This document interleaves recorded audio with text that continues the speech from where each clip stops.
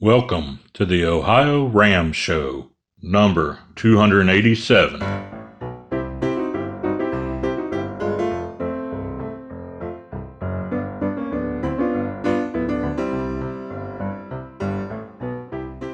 hello once again. It's Lee Kreider here with another version of the OhioRAAM Show and continuing what I've started to call the Tour de Hope, or Keeping Hope Alive. And we've been making our rounds of some of our friends in the ultracycling community, talk about what has been going on and how we're coping and dealing with it.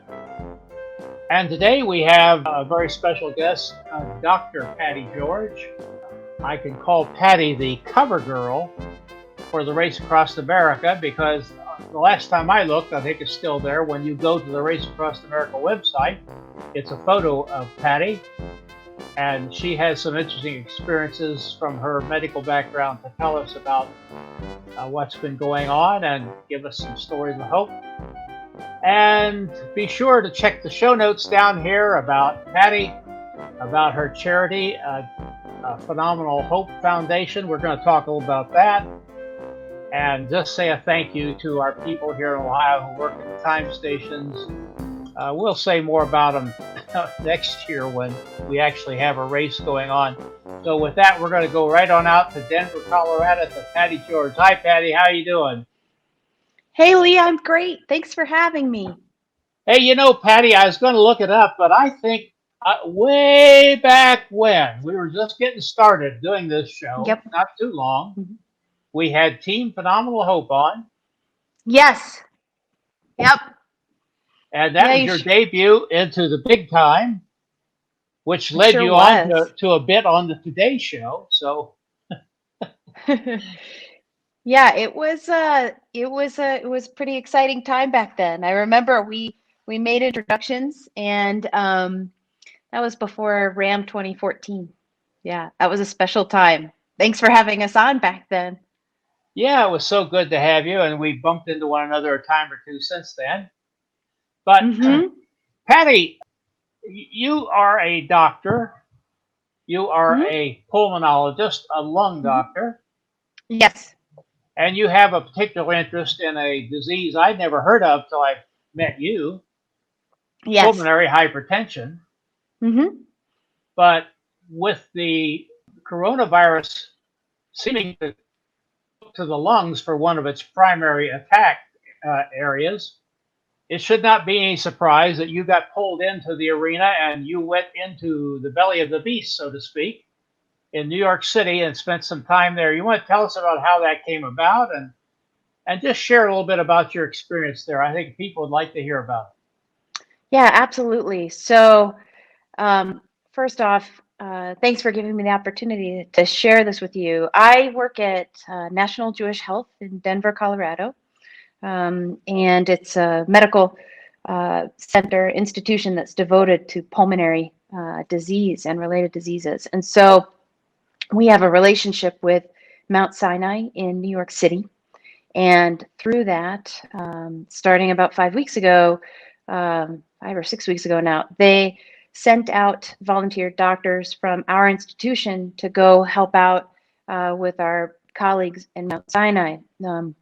As you all probably know from the news, New York City was hit very hard and early. And fortunately in Denver, I think due to our social distancing measures and actions that we took, and having seen what happened elsewhere, we were fortunate and didn't have the huge peak that overwhelmed our system. So they sent some doctors from here out to help our colleagues out there. So I just got back about a week ago Friday, and I had been there for 8 days and worked 7 days straight in a hospital called Mount Sinai Queens.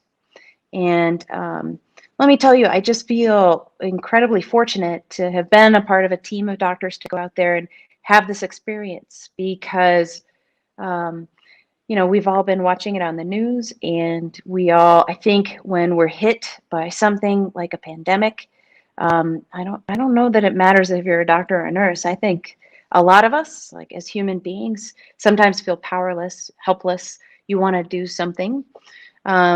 And so that was a chance to be able to do something. And do whatever we could. By the time we went out there, they were past the complete craziness of the pandemic in New York City, and things were starting to actually calm down. But it allowed a chance for some of their doctors who had not been able to take a break, for example, to be able to have a little bit of relief, to have these doctors come out even, a month after the utmost peak of New York City. So when I say it was getting a little bit better, it doesn't mean it wasn't busy. It was extremely busy with a lot of sick patients with this disease. Prior to going out, I had worked in our ICU here in Denver, and we have had patients with COVID. So, I'd gotten some experience here in the intensive care unit. But when we went out there, my experience there was I was serving in a step-down unit, and also on the floor seeing pulmonary consults. So it was a little bit of a different experience and exposure out there. It was Mount Sinai Queens is a special place. They were really hit hard because they were close to the center of things, and I should say, in the center of things. And it was one of those hospitals that certainly was overwhelmed to the point where, they've set up these facilities in Central Park and tents, et cetera, for overflow. And they adapted. They created new units that were not intended to be intensive care, step-down units, and they adapted. They made negative pressure rooms, like a lot of hospitals have done, where you knock out a window and then put a suction system to suck air out of that room, make it safer for people in the room taking care of patients. And they adapted because they had to. So the people there, they were just seeing it day in, day out. And I learned a lot from them and from the people who've had those experiences. But what was also interesting was, especially in my unit, there were people, doctors, nurses, CRNAs, that's nurse anesthetists, were there from all over the country, coming in to offer relief and help take care of these patients. And so there's a lot of heart in Mount Sinai Queens, and a lot of people just working really hard to take care of really complicated patients. It's a challenging disease because we're learning about it as we take care of patients with it, and that certainly makes it challenging. We're actively enrolling people in research trials and protocols, so rapidly after this has come out, actually, but trying to evolve how to take better care of these patients each and every day. So my day would consist of like getting up early. I'm a morning person. So I'd get up, maybe around a little bit before 5, and then I'd read in the morning. It's like a fresh time to read anything I could on COVID or the latest stuff on pathology, whatever reports came out. And then we'd walk to work and get there at 7 and work 7 to 7, and then be done at night and get home. So it was a really cool experience. Think of like those games where you put the circle, like you put a circle piece through a hole that was a circle shape, or a square piece that's a hole that's a square shape. Okay. So the virus has a thing called a receptor that's on its surface. The SARS-CoV-2 virus has this receptor, and this receptor binds to a protein. So, think of the I don't know which we to pick, but the circle as like the receptor on the virus. It's attached to this virus, and it will fit. It will like bind to and actually fit this protein, the ACE2, in the lungs. And it's where this protein is expressed, and it's actually expressed in other organs as well. But it's a virus. Coronaviruses are respiratory viruses. They get in through your respiratory tract. And then this one in particular, SARS-CoV-2, binds to this ACE2. And so it's attracted to the lungs because that's like where it can bind and then get into the cells and infect the cells. And so that's what makes it, I think, in simple terms, attracted to the lungs. And then other places, to be honest, when you look at pathology reports, like autopsy reports that they've put out, they find virus particles in other places in the lungs than the lungs as well, like in the kidneys, et cetera. So, it's, and even in the part of the brain that's associated with smell, you've heard of people perhaps Perhaps you've heard of people that lose their sense of smell or taste, some people.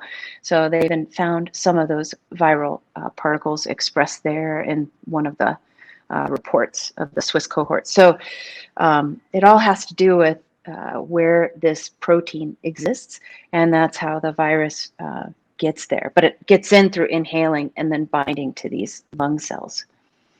It doesn't take long to go to social media to see there's a lot of people out there spouting a lot of ideas, and you still hear people saying it's not real. As a physician, a scientist, how do you handle this kind of thing? Does it get under your hide? So it does, and especially after being in New York City. So I have to say, like, you know, when you take care of these patients day in, day out, read about this disease day in, day out from scientific journals, not from, YouTube videos and this sort of thing. Um, you're kind of absorbed in it, and that's certainly where I am now, and my colleagues as well. And then when you see, a YouTube video that takes hold, for example, or people saying that this is fake and these conspiracy theories, um, it's it's hard because, like, I've seen people die from this disease, right? And it's not pretty. I mean, it's really a tough disease. And the hard part about it, as you may have heard, is that people die alone because we can't let family members into the hospital because of the infectious risk of coronavirus and SARS-CoV-2. So it's one of the hardest things to see as a physician when people do pass away, that they're not with their loved ones. And I've been thinking about this a lot, and perhaps part of the problem that not everybody understands the gravity of this situation is because we are detached from it. I mean, even family members can't, even if you can get them in on a FaceTime type or a Zoom, which oftentimes ICUs will do so they can actually see their loved one in an intensive care unit, they still may not necessarily get the full gravity of what this is, and so you're really detached from it. And if that's happening even on the most intimate relationships of family members, then certainly society can be pretty detached from it. They don't see it. And I liken it a little bit to back when we were at war in Iraq and Afghanistan. And at the time, soldiers would go off to war and they were fighting and, dealing with horrendous things over there. But we as Americans were encouraged to continue our daily lives and keep the economy going. And there was no sacrifice that we had to make on a daily basis unless you were like related to or knew someone close, close relationship to somebody over serving their country. But we didn't have to do things like you had to do back during World War I and II, where there were rationing or, people were generating things for the front lines, materials and arms, whatever it was. And so because there was this lack of sacrifice, I think people were detached from that, and these wars went on for a long time. And that's a little bit maybe of what's happening now. That said, it all depends on the perspective that people take. And I want to come back to what you were talking about and echo, Dr. Acton. And here's the thing. So we are in this together. And staying at home really does make a difference. It helps the hospitals not be overwhelmed, this whole flattening the curve thing. It's helped us not be New York City in terms of totally overwhelmed and having to go to the convention center and all of that kind of stuff. And it's really important because flattening the curve and slowing down the growth in cases of this disease helps keep us all safe, especially doctors and nurses and people on the front lines who are dealing with this, as well as patients in general and people in general.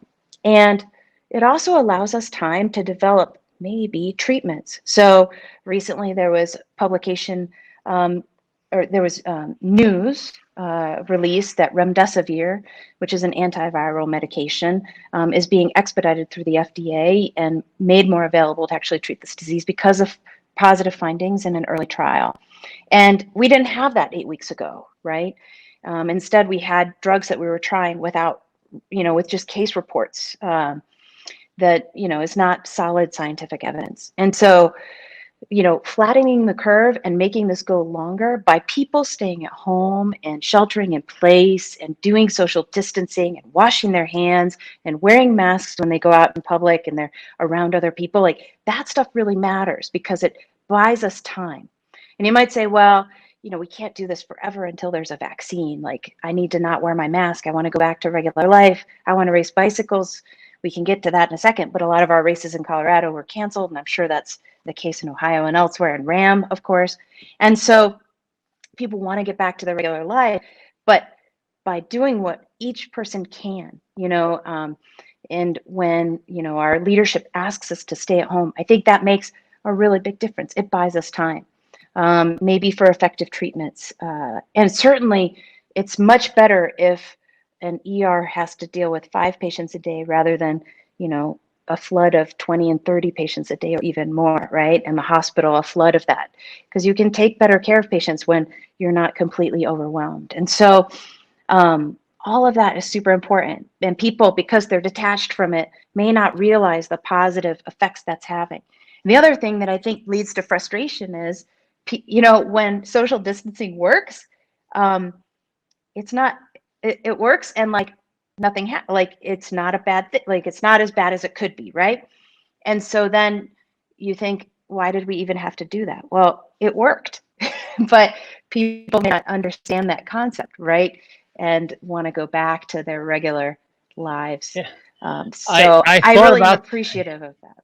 Yeah, I thought about that at the time. If this works, people are going to say, "Well, we didn't need to do that."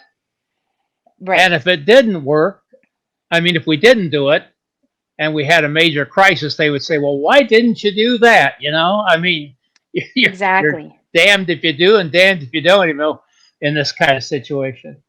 Yeah. Well, Patty, I need to say, just I'm not going to get into this in depth, but you have quite an ultra cycling background, a Race Across America veteran, as we already mentioned. From your Facebook post, it seemed like you have really jumped into the Colorado lifestyle pretty heavily, haven't you? It's a good life out here. Yep. It definitely Yeah. suits me. And I think you now race on snow, race on gravel, race on mud, whatever comes along, don't you? Yep. Yeah. I haven't done much gravel racing, but I've moved into mountain biking and fat biking or snow biking. I use a fat bike in the winter. It's my snow bike. Tire. I don't ski, but I ride my bike on the snow and still do road cycling. After I moved out here, I did the Silver State 508, which was awesome. And I was under the name Ginger Cat after my orange tabby cat. And that was a pretty awesome experience. But then after that, I wanted to try something new, and so I got into mountain biking. And I'm definitely still a Padawan in the mountain biking world, but it's a lot of fun, and it's good to get out there. These days, I'm riding my Peloton bike. My focus is mainly in my work right now, so I try to get my training in when I can. Well, Patty, we mentioned pulmonary hypertension, and I know that you had a key hand in starting the Team Phenomenal Hope, and now the Phenomenal Hope Foundation, or is that what it's called? And It's still I Team would get, Phenomenal Hope. Yeah, yeah, Team Phenomenal Hope. yeah. And I would guess, let's put it this way, that your patients who have this disease probably are particularly vulnerable to the COVID virus, would they not? Well, we think that anybody with a chronic, cardiovascular or pulmonary condition would be at greater risk of getting COVID. Fortunately, and you see a lot of reports, hypertension, diabetes certainly being risk factors. That said, young people with no comorbidities can still get this virus. So it can affect anybody. And even in some reports, we're worried about how it may even affect children. But the respiratory stuff that we're seeing is much less common in children, as you probably know. Um, but certainly, if somebody with pulmonary hypertension gets a viral pneumonia and ARDS, which is this form of lung failure that it can become, that would be a very serious thing. The really fortunate thing is our patients are really good, I think, overall in doing the whole shelter in place and stay at home. Like, it's their superpower. They're amazing at being able to do that. Because they've done it oftentimes during flu seasons, et cetera. So they know how to protect themselves in general. And so we've been thankful for that. There have been some patients that have gotten sick, not mine personally, but reports of people through social media or through colleagues who have gotten sick. But by and large, I think people are really good at sheltering in place. Well, explain to us a little bit, just briefly, what is pulmonary hypertension for those who have never heard about it? Pulmonary hypertension is a disease of high blood pressure in the lungs. So, hypertension, regular high blood pressure, that's a common disease, but pulmonary hypertension, is a rare disease. And however, when people get it, it gives them symptoms of fatigue, shortness of breath, usually first shortness of breath with exertion. Sometimes people get swelling in their ankles, like signs of heart failure. They can get low oxygen levels. They can get lightheaded with exertion, which is a worrisome sign, and various symptoms. And it's one of these diseases that if people have it and it goes untreated, it can lead to heart failure and death. And so it's a disease that's important for people to have a suspicion for, like primary doctors or primary pulmonologists, cardiologists, when they're evaluating someone with shortness of breath, and get the appropriate testing and refer to a special center. At our center, we, specialize in pulmonary hypertension. So we see patients of many different types that have this disease. When I say types, different types of disease. So there's all sorts of. I could geek out with you for a whole hour on this, but I'm not going to. Don't worry. And so we use these specialized medications that help open up the pulmonary arteries and help people breathe more easily. And with that, people can do pretty well. Sometimes people take medicines in the forms of pills. Sometimes people take like a special inhaled medication, not a puffer, but like a nebulizer type thing. And sometimes people have to be on a 24-hour medication, either through an IV line or like a sub-Q pump, kind of like an insulin pump. It just depends on the severity of the disease and each patient and how they respond. Well, we appreciate what you have done in that line, and I know you have quite a following around the world for what you have done. And in the show notes down here, we'll have a link to your foundation and how Oh, people thank can you. learn more about it, and maybe even drop a dime in there to help you along the way. Thanks. That'd be great. One of the things that we've done, so I mean, our foundation, the Team Phenomenal Hope, our nonprofit, we've been active during the times of COVID. We have a few things that we support. We support research. So we're, in fact, pretty soon we'll be evaluating another research award that'll go to researchers to help try to find answers for pulmonary hypertension.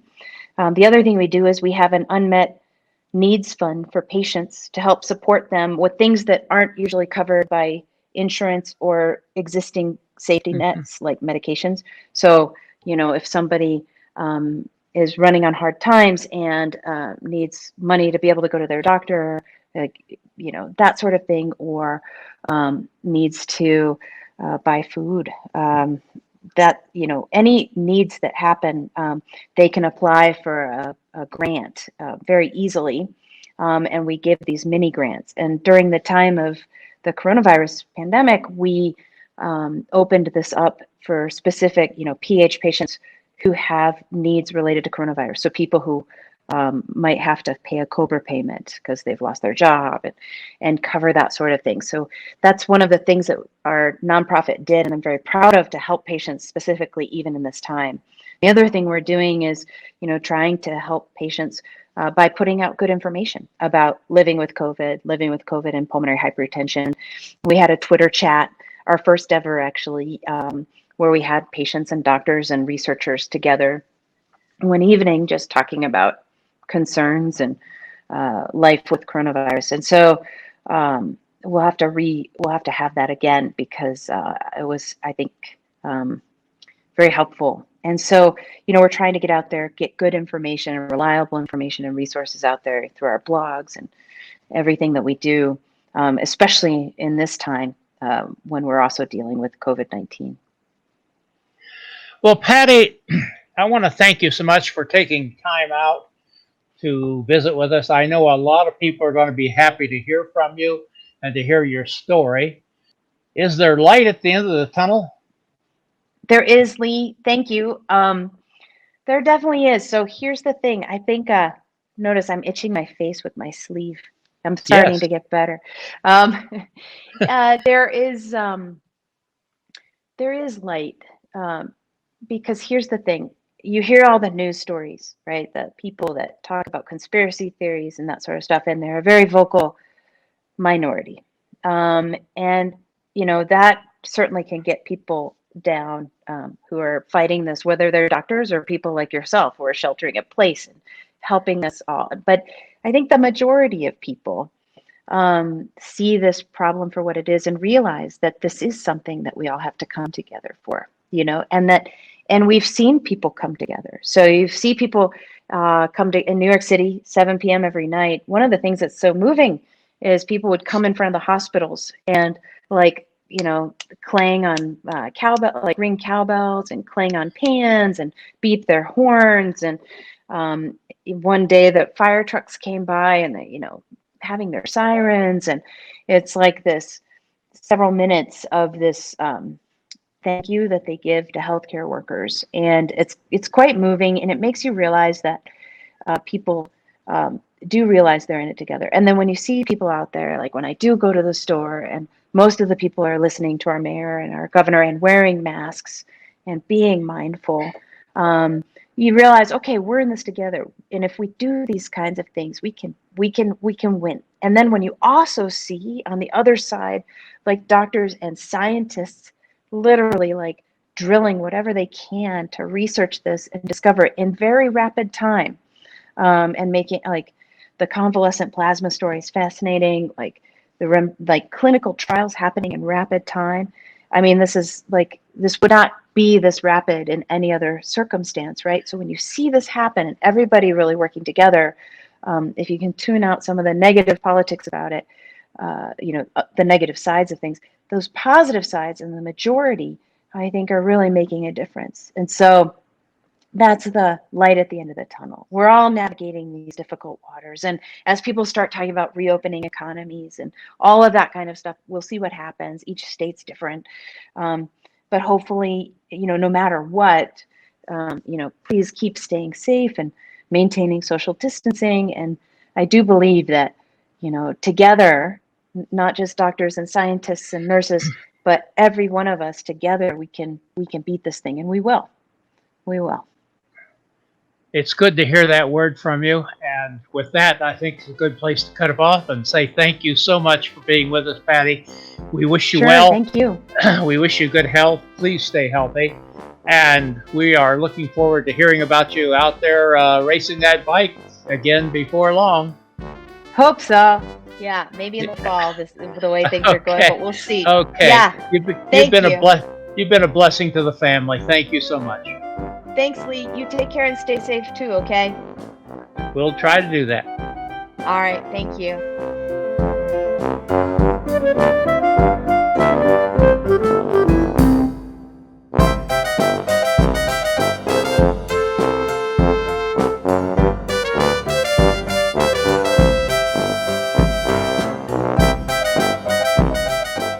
Gregory Zuber speaking. Thank you for your likes and shares.